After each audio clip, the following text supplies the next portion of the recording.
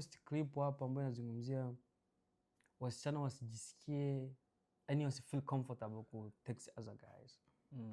Baada ya hapo maswali kujaga mengi, wanawake wakaja kauliza, mbona nyinyi wanaume mna comment sana kwenye page za wanawake? Yani kila mwanamke unamuona una comment, kila mwanamke unamuona una comment. Hiyo imekaaje zaidi sana? Kwangu mimi inakaa inatokeana. Kwa sababu unajua mwanaume utalimbiwa ni hivyo tu. Na kipendezwa na kitu lazima comment. Okay, katika vile ambavyo mwanaume uko na comment hiyo kwenye page ya mwanamke, unaingia tu kama ni Instagram, TikTok, una comment kwenye page ya mwanamke au mara una like. Vile shemeji yetu akiona kile kitu anakuwa anajisikiaje zaidi sana?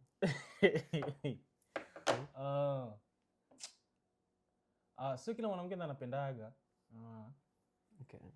But na sio kila mwanaume akicomment kwenye video mwanamke au kulike video mwanamke ndio kumaanisha eti amempenda mwanamke. Hapana. Mimi sio kwa amependa video hizi iko. Na akaamua kucomment akaamua kucomment pale. Lakini sio kusema eti sasa kuna anataka wewe na ule mwanamke, hapana. Kwa hiyo wewe unataka kumaanisha zaidi sana nyie vijana mkiwa mna comment kwenye page za wanawake, wanawake wenu wasikuwa najisikia vibaya sana kwamba labda eti yule mwanamke unamtamani, ni mzuri kuliko yeye, ama sio hivyo? Ndio hivyo, msikuna basi wanafikiria vibaya. Basi sio kila mwanaume ndio anataka akicomment vile tu ndio amempenda sana mwanamke, hapana. Inaweza kuwa ni mtu mwingine nimemjua kabla sijakuwa hata na girlfriend wangu. Labda tulikuwa tuko marafiki wa utotoni, marafiki wa zamani huko. Okay. Hiyo itakuwa kidogo ina make sense kwa dada zetu wale ambao watakao huko na jilazi, kwa nini ana comment mimi nikiingia ni hivi na hivi. Okay, dada zangu mnasikia, mara nyingi labda walikuwa na urafiki ama walijuana, ni ndugu, ndio maana vijana wengi wanakuwa wanapenda kulike na kucomment pamoja na kushare zile post zao. Hususan ni zaidi sana unaona ukikuwa kwenye mahusiano ama ukikuwa na girlfriend wako ambao unasema huyu kesho mimi nitaoa. Unaona wanawake zetu mara nyingi hawapendagi sisi ukaribu sana na wanawake wengine. Hususan ukikaa karibu na mwanamke mwingine, ule mwanamke wetu anaanza kufeel kimoja kitu kama wivu, ambacho sio kizuri, kama ndo wivu ndo tuseme. Sasa hichi kitu wewe shemeji yetu akija akikwambia hichi kitu, wewe unakuwa unakichukuliaje zaidi sana akiona katazo usike karibu na wanawake?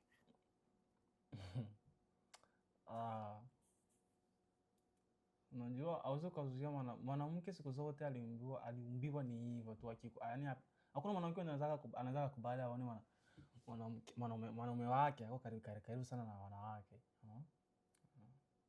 Na ndio maana wanaume wengi wanakaa kufanya vitu.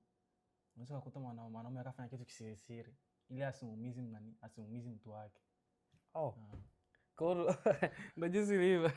Shemeji yetu akikataa mimi sikae karibu na wanawake, inabidi nifanye kwa uficho ili asione. Sasa hapo sasa ni akili sasa mwanaume sasa. Hizo uache ama haiza sasa ufanye njia nyingine huko ili asijue. Asijui kama ulikuwa unaongea na mwanaume. Kwa hiyo kwa sababu kwa wengine wanaume ni vigumu sana. Ni vigumu sana kuacha kuongea na wengine wanawake kwa sababu mpenzi wake amesema eti aache kuongea na wengine wanawake. Ni vigumu sana. Of course inakuwa ngumu kwa sisi wanaume, hususan mwanamke wako akikataa usiongee na mwanamke mwingine, inakuwa ngumu. Lakini sasa mimi sometimes hapo naweza nikaenda upande wa wanawake, unaona? Kwa sababu inakuwa inatokea kama mimi mwanamke wangu amekataa mimi nisiongee na mwanamke mwingine, cha kwanza mimi nitachukulia kwanza ni wivu. Unaona? Mke wangu yuko na wivu ama mpenzi wangu yuko na wivu. Yuko na wivu mimi nisiongee na mwanamke mwingine. Lakini mimi naonaga sometimes wanakuwa nakataa vile kutokana na tukishazidisha mazoea. Yaani tukishakuwa na ile ukaribu mpaka tunakuwa tunafika tu ya kushikwa na mwanamke yule picha na nini, tunakuwa tunashikana mitani kumwili. Mimi naonaga ndio mbona unakataaga zaidi sana. Sasa hii imekaaje sasa upande wako wewe? Mwanamke wako amekataa lakini still bado unaendelea kumshika ule mwanamke mwingine, mnakaa mitani ya kupigana, hata mbele ya mpenzi wako mnakaa mnaitana baby. Hichi kitu kimekaaje zaidi sana kwenye wanaume, mpaka mnakaa mnavuka mipaka na ule mwanamke ambao mpenzi wako hamtaki? Kuvuka mipaka ndio shida sasa. Okay. Kuvuka mipaka ndio shida, kwa sababu ndio unaweza kuwa unajiona ule mwanamke, lakini kuna limit, unabidi mko na limit. Ule mwanamke naye anapaswa kuwa anajua huyu mwanaume ako na mwanamke wake. So nikifanya kitu mwanamke mwenzake atasikia vibaya, na sio kizuri.